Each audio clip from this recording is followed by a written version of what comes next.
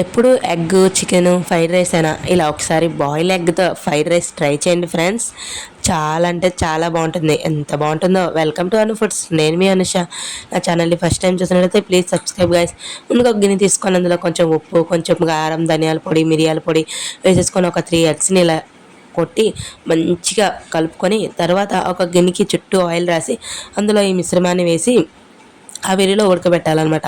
So ఒక knife ఏదో ఇలా గుచ్చితే మునిగింది కదా. సో బాగా ఉడికిన తర్వాత ఇలా చిన్న చిన్న ముక్కల్లా కట్ చేసి అందులో కొంచెం కారం, కొంచెం ధనియాల పొడి, తర్వాత కొంచెం మిరియాల పొడి, ఒక స్పూన్ అంటే హాఫ్ స్పూను కార్న్ఫ్లవర్ వేసి కొంచెం కొంచెంగా నీళ్ళు జల్లి ఇలా చక్కగా కలుపుకొని ఇలా చక్కగా వేయించేసుకోవాలి. చూసారా చికెన్ పకోడీలా కనిపిస్తుంది కదా.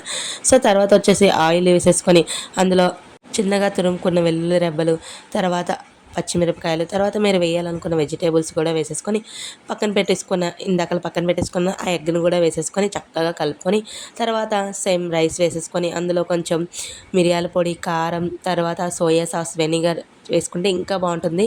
సో వేసేసుకొని చక్కగా కలుపుకొని లాస్ట్లో ఆనియన్స్ని మిక్స్ చేసేసుకొని తింటే వామ్మో, ఇంకా ఎగ్ ఫ్రైడ్ రైస్ అంటే ఇదే కావాలి అనేలా ఉంటుందన్నమాట.